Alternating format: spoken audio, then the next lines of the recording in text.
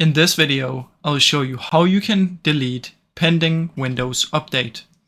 First step is we want to search for services. In here, scroll down until you find W and look for Windows Update. In here, what you want to do is set this one to manual instead of automatic and press stop. This is going to stop the Windows Update.